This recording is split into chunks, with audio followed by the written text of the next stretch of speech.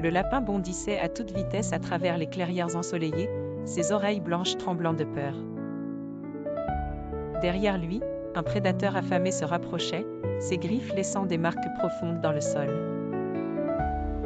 Le lapin savait que ses chances de survie diminuaient à chaque foulée. Apercevant la rivière scintillante en contrebas, il accéléra encore. Sa seule pensée étant de se jeter dans l'eau pour échapper à son sort inéluctable. Lorsqu'il atteint le bord de la rive, le lapin sauta dans l'eau tumultueuse sans hésiter, mais la force du courant le submergea rapidement. Incapable de lutter, il perdit connaissance, ses pattes cessant de se débattre. Les profondeurs sombres de la rivière semblaient prêtes à l'envelopper pour toujours. C'est alors qu'apparut une silhouette gracile, nageant avec aisance dans l'eau.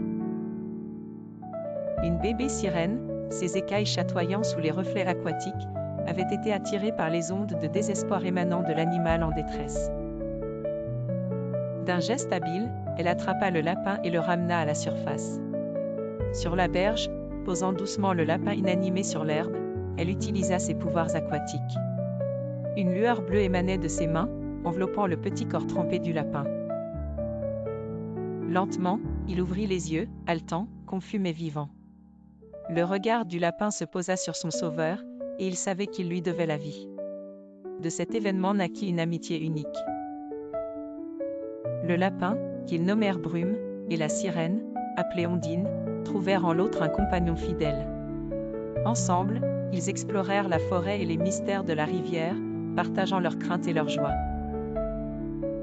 Brume montra à Ondine les merveilles de la vie terrestre, tandis qu'Ondine révéla les secrets des profondeurs aquatiques à Brume. Ils apprirent l'un de l'autre, et leurs différences devinrent leur force. Au fil du temps, leur lien devient un symbole d'unité entre deux mondes autrefois séparés.